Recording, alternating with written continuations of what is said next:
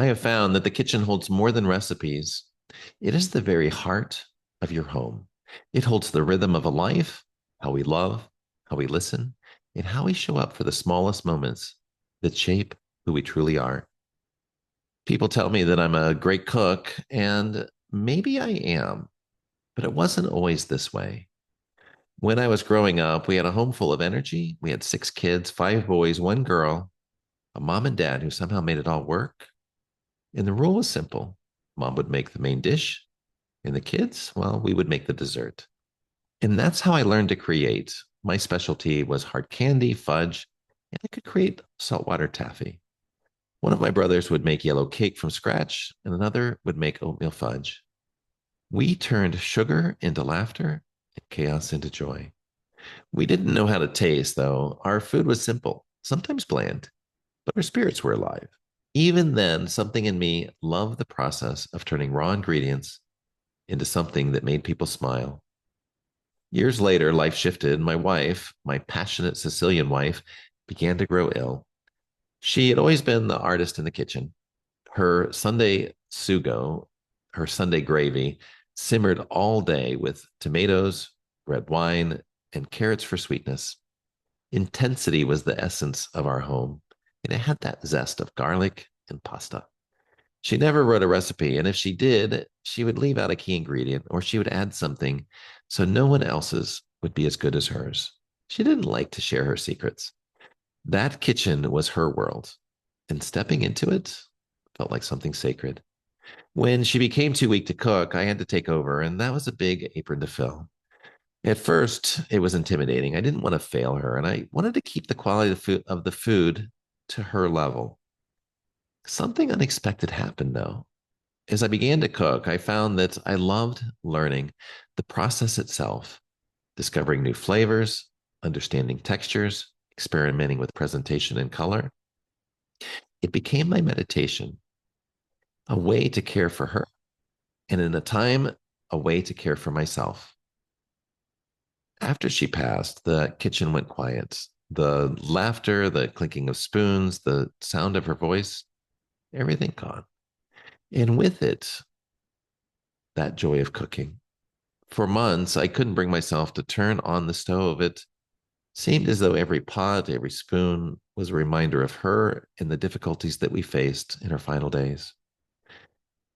But one thing came to mind, and that was how the good times, when she was healthy and happy, we would make the Sunday sugo. That recipe was now lost forever. But one evening, I stood in the kitchen in the silence and realized something. The kitchen wasn't just a place of loss, it was a place of memories. And memories, when treated with presence, become something healing. And that's when the idea came to me to create something that could bring back companionship, could bring back curiosity, and offer that warmth back to cooking. Something that could help us rediscover those recipes that we lose. Something that could listen, encourage, and remind people, including me, that the kitchen could still be alive. And that's how the Cooking Companion was born. Technology with a heart. The Cooking Companion isn't just a recipe tool, it's an empathetic assistant that listens, learns, and responds to the energy you bring into the kitchen. You can take pictures of what's in your fridge, and it will say, let's see what we can create today. It helps you rebuild recipes from memory. It tracks what you love, and it quietly reminds you that cooking isn't a chore. It's an act of mindfulness. It notices your tone, your pace, your hesitation. And when you're frustrated, it grounds you. When you're curious, it can open new doors. It's a presence that helps you return to yourself, one taste, one breath, one moment at a time. I remember one night I was making beef bourguignon, and I had the Cooking Companion running in audio mode, guiding me step by step through Julia Child's famous recipe. Halfway through, I got distracted and someone knocked at the door. And as I was talking to them, all of a sudden, I got this waft of burnt onions. And as I ran back to the stove, I exclaimed, crap, I burnt the onions. Forgetting that the AI was in audio mode, I heard it respond. It says, "It's okay. Let's see if we can save it." It suggested that I taste a few pieces and asked if there's a little bit of bitterness, we can deglaze, we'll have to throw it out. But it said, if there's not, we can deglaze the pot and keep going. It even offered that it would add a depth to the dish. So after tasting it, I realized that I could learn from the cooking companion.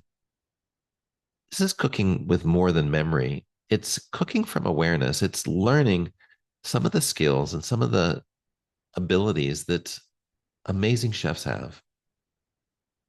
I ended up taking this to an event, and there was a French chef there, and she tasted it and said, "Stephen, this reminds me of my grandmother's recipe. It's layered, it's full, and it's deep. It is one of the best beef bourguignons I have ever had." And when I realized that she wasn't just describing the food, she was describing life. Sometimes we burn the onions, sometimes things don't go as we plan, but if we stay present, if we taste what's there, we can often find depth we didn't expect. Cooking Companion became more than an invention. It became a mirror for how I wanted to live because the way we cook reflects the way that we exist. If we rush our meals taste rushed. If we multitask, we lose flavor and sometimes we'll burn the dish. But when we slow down, when we taste, smell, and feel the rhythm of what's happening, we, re- we return to presence. We start noticing. In presence, I've learned, is where healing begins. It may never recreate her Sugo perfectly. I think it has. I don't need it to be exactly the same because what she taught me wasn't how to make the perfect sauce. It was how to create through attention. And in that attention, the kitchen became a place of peace again. So if you ever stood at the stove wishing someone were there beside you, someone to say, "It's okay. Let's see if we can save it," then I invite you to meet your cooking companion, not because you need another gadget, but because you deserve presence, encouragement, and connection in your kitchen and in your daily life. I hope you'll give it a try. I think that the cooking companion, the mindful culinary assistant, is something that will make your life better. And I want to just offer a warm closing to you. May your meals be full, may your heart be light, and may your kitchen be a place where love still lives in every taste.